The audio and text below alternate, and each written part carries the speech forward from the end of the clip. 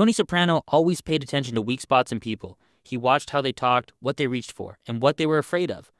With little Carmine, he saw almost the perfect combination of things he could use. Little Carmine was the son of an old-school New York boss, so he had a name that carried weight. At the same time, he had a soft personality, a love of comfort, and a visible fear of real bloodshed. Tony never respected him in the same way he respected men like Johnny Sack, or even Phil. Instead, he looked at little Carmine as a tool that could be pulled out whenever New Jersey needed leverage against New York. The story of how Tony used him is not just about one moment. It is about a long pattern of reading his weaknesses and turning them into options. At first, little Carmine exists more as a background presence. He is the son who lives in Florida and enjoys the good life. He shows up at funerals and weddings in nice suits, speaks with fake wisdom and malapropisms, and then goes back to the sunshine. Tony does not see him as a serious figure in the early seasons. The real New York power sits with Carmine Sr., Johnny Sack, and the rest of that circle. But the fact that little Carmine is there in the background is already important. He is an heir with a recognizable face. Tony knows that in this world, symbols matter. A man with the right last name can rally people, even if he is not really fit to lead. So, from the beginning, little Carmine is like a loaded gun lying on the table. Tony has no reason to touch it yet, but he knows it is there. Everything changes when Carmine Sr. dies and the New York family has to decide on a new leader. That is when little Carmine suddenly becomes central. Tony finds himself sitting between two possible futures for New York. On one side, there is Johnny Sack, sharp, ambitious, and already deeply involved in the daily running of the family. On the other side, there is little Carmine, the soft-spoken son who has support from some older crew members and a lot of inherited prestige without the skills to match. Tony has a simple but cold calculation. A strong and united New York under Johnny is dangerous for New Jersey. A weak, divided New York under little Carmine gives Tony room to breathe. He understands that if little Carmine somehow becomes boss, New Jersey can push for better deals, delay projects, and use the confusion to their advantage. So his first move in using little Carmine is not sentimental at all. He sees him as a possible shield against a future where Johnny has too much power. When the war between Johnny and little Carmine starts to simmer, Tony tries to stand above it in public. He talks like a man who wants peace. He hosts sit-downs, gives advice, and speaks about how nobody wants bloodshed. Under that surface, he is constantly weighing how much benefit he gets from each side staying alive and each side suffering. As Johnny grows more ruthless, sending Phil and Billy around to send messages to people who back little Carmine, Tony sees how unstable things are becoming. This is where his use of little Carmine becomes more active. He does not just look at him as a possible weak boss anymore. He looks at him as a lever that can be pushed in either direction. Tony can either try to shore him up and keep the war going so Johnny stays distracted, or he can convince him to step aside and use that to gain favor with New York and secure his own business. He is not loyal to the man. He is loyal to the angle. The Florida trip makes this clear. Tony travels down with Christopher and Silvio to speak with little Carmine while he is living in comfort by the water. On the surface, Tony is there to discuss peace and the future of the New York leadership. Underneath, he is trying to push little Carmine one way or the other depending on what serves him best. In some moments, Tony flatters him. He talks about his bloodline, his position, and the loyalty he still has from certain captains. He tries to light a fire under him so that he will push harder against Johnny. Tony knows that as long as there is a real rival to Johnny, New York cannot operate as one sharp blade pointed at New Jersey. In other moments, Tony presses the opposite side. He reminds little Carmine of how ugly things already are. He reminds him of the bodies, the risks, and his own comfortable life in Florida. By doing that, he builds the frame for another option. That option is that little Carmine can step aside gracefully in exchange for money and territory, which Tony can help arrange. Tony is not there as a friend. He is there as a salesman offering two products, both of which benefit him in different ways. What makes little Carmine so easy to use is his inner conflict. He wants to see himself as a leader. He enjoys speaking like a philosopher, misusing big words, and pretending to give deep advice. At the same time, he is scared of real responsibility. He cannot stand the idea of being blamed if things go wrong. Tony reads that perfectly. When he pushes little Carmine to stand up and fight for the top spot, he does it in a way that strokes his ego. He wraps the idea in respect and grand talk about destiny. When he pushes him to step aside, he does it in a way that lets little Carmine feel wise and mature, as if walking away is a noble decision rather than simple fear. In either case, Tony is offering him a path that fits his self-image. That is a classic way Tony uses people. He never just forces them. He makes them believe they are choosing something meaningful while he benefits no matter what. Tony also uses little Carmine as a bargaining chip with Johnny Sack.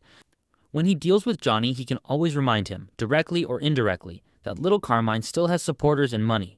This gives Tony space whenever he wants to slow down a demand or push for a better share in a project. Johnny knows Tony has influence with little Carmine, especially after the Florida meetings. That influence itself becomes a kind of currency. Tony can say he will talk to him, calm him down, or convince him of something. In this way, little Carmine turns into a talking point that Tony can trade with. Even when little Carmine is miles away in Florida, doing nothing, his name still moves things at the negotiating table. Tony likes that because it means he can control a piece of New York politics without taking on direct responsibility. When the war finally ends and little Carmine agrees to step aside, Tony is again in the middle. He helps sell the final deal in which little Carmine retires from the fight in exchange for a nice package, some steady income, and the chance to stay in Florida as a rich man without blood on his hands. Tony presents this outcome as good for everyone. New York gets peace and a clear leader. Little Carmine keeps his life and his comfort. New Jersey can go back to making money on construction projects without union chaos and constant violence spilling over. Yet if you look closely, it is another example of Tony using him. Tony pushes the solution that keeps him in the strongest possible position. By helping Johnny secure the top spot and helping little Carmine back down, Tony buys gratitude from both sides for a while. He can remind Johnny that he helped deliver peace. He can remind little Carmine that he was the one who arranged a soft landing. Tony turns a man who once stood as a possible rival to New York into a retired figure who owes him a thank you. Even after that point, little Carmine remains useful in other ways. When he and Christopher get involved in the movie business, Tony is not the main player in those meetings, but he watches from a distance. He sees that little Carmine has connections to producers and actors in Hollywood and Florida, yet still behaves like a man out of his depth. To Tony, this confirms what he already believed. Little Carmine always wants to be in glamorous worlds without truly understanding them. That makes him predictable. Tony can lend his blessing to certain deals involving him because he knows little Carmine will not suddenly grow a spine and turn into a dangerous rival. If anything, he serves as another buffer. Money that flows through the film projects and side ventures passes through people who are not sharp enough to outthink Tony. Little Carmine is one of them.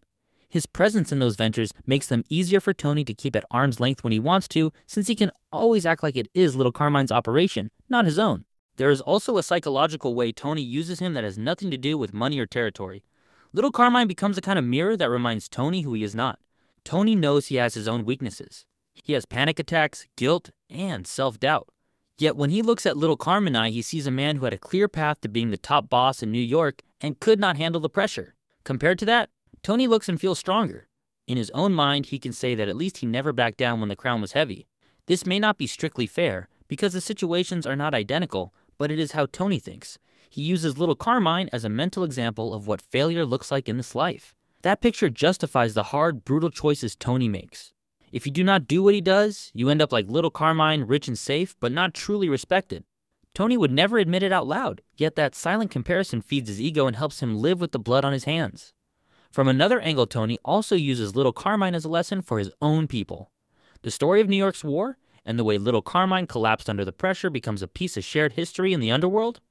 Captains and soldiers talk about it. They remember the jokes, the misused phrases, and the final decision to walk away from the fight. Tony can draw on that story whenever he needs to make a point with his own crew. He can hint that they should not act like certain people who could not handle responsibility. He can also show them what happens when personal comfort matters more than loyalty and strength. Even without saying his name every time, the ghost of little Carmine hangs as an example of what not to be. In that sense, Tony has turned a living man into a kind of parable that keeps his own house more disciplined. It is important to see that Tony never truly hates little Carmine. He does not see him as a direct enemy the way he sees some others. There is even a kind of mild affection there. Tony seems amused by his way of speaking and his gentle manner. But affection in Tony's world does not stop him from using someone. In fact, it can make it easier, because little Carmine is not a threat. Tony allows himself to be more open and relaxed around him, which makes it easier to steer him without raising suspicions. Little Carmine never sees that he is being handled. He thinks he is having deep talks with a fellow boss about the future of the life. Tony lets him keep that illusion. That is another way he uses him. A man who does not know he is a pawn will never try to move differently. At the same time, there is a limit to how far Tony is willing to push him. Tony understands that a man like little Carmine can break completely if the pressure becomes too strong. A broken ally is no use to anyone, so Tony does not push him into situations where he would surely collapse. When it becomes clear that little Carmine will never be able to finish the war and become boss, Tony does not keep shaming him into fighting. He switches to the retirement plan and sells that instead. This is not kindness. It is a practical understanding of what the man can and cannot do. Tony knows how to squeeze value out of people without destroying the core that makes them useful. Looking back at the whole arc, you can see that Tony uses little Carmine in at least 3 clear ways. He uses him as a potential puppet or rival to weaken Johnny during the struggle for power in New York. He uses him as a bargaining chip in negotiations and as a tool to bring peace once the war has gone on too long. And he uses him as a symbol, both in his own mind and in the minds of his crew, of a man who could have been powerful but chose comfort instead. What ties all of these uses together is Tony's talent for reading character.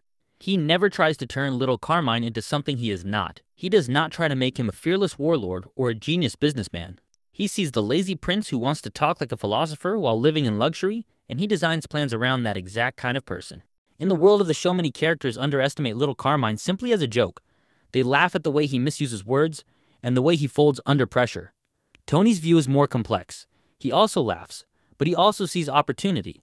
The son of a boss, half in and half out of the life, sitting in Florida with money and no clear purpose, is too useful to ignore. Tony never wastes such a resource. He turns little Carmine into a floating piece on the board that can be pushed into a war, pulled out of a war, or simply pointed at during a conversation to make a point. In doing so, Tony shows once again how his real strength does not come only from violence. It comes from his ability to see how every person around him can be turned into something that serves his own survival.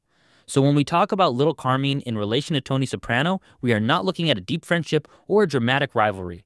We are looking at a quiet, almost hidden dynamic in which one man is constantly being shaped and redirected by another without ever realizing it. Little Carmine believes he is choosing his path as a wise, mature man who walks away from madness and finds peace in Florida. Tony knows that his own words, timing, and pressure help shape that path. In a life where control is everything, that kind of subtle influence is a powerful form of use. Tony never needed little Carmine to be strong. He needed him to be exactly what he was, and he found a way to profit from that at every stage.